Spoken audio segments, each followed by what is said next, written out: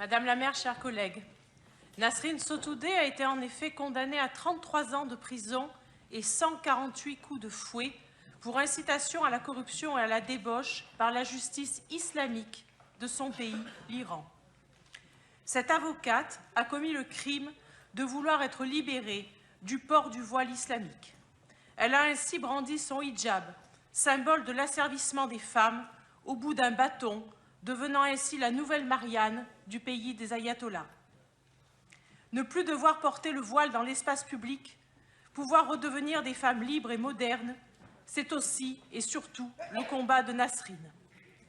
Faire d'elle la citoyenne d'honneur de la ville de Marseille est une initiative audacieuse et heureuse de votre part, Madame la maire, dans une cité désormais, elle aussi, comme trop de territoires en France, gangrénée par cet islamisme conquérant, cette idéologie politique meurtrière qui fait tant de morts sur notre sol.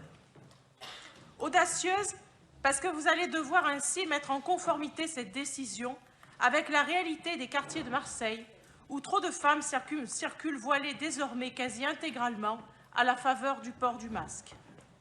Madame Rubirola, finalement, seriez-vous touchée par une sorte de grâce qui vous ferait voir la réalité en face, enfin?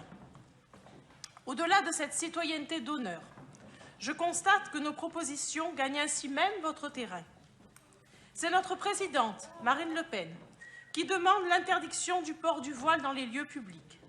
Une mesure de bon sens pour préserver et protéger la liberté des femmes et que ne renierait certainement pas... C'est sur le vœu, je continue. Non, c'est pas sur le vœu. Et que ne renierait certainement pas Nasrin Sotoudeh, qui se bat pour cela.